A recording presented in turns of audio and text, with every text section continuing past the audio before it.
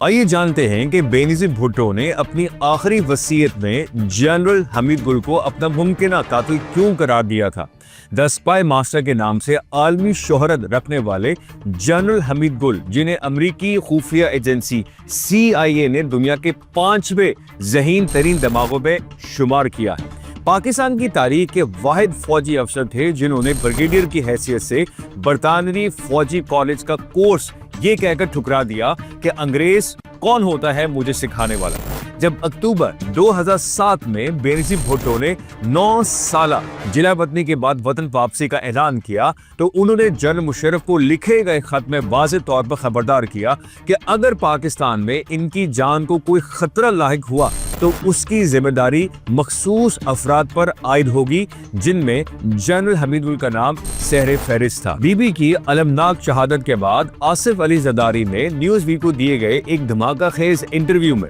حمید گل کو دہشت گردوں کا گرو قرار دیتے ہوئے سنگین الزامات لگائے۔ دلچسپ بات یہ ہے کہ جنرل حمید گل پاکستان کے مذہبی حلقوں میں انتہائی مقبول شخصیت تھے، جبکہ وہ جنرل پرویز مشرف کے کھلے مخالف بھی۔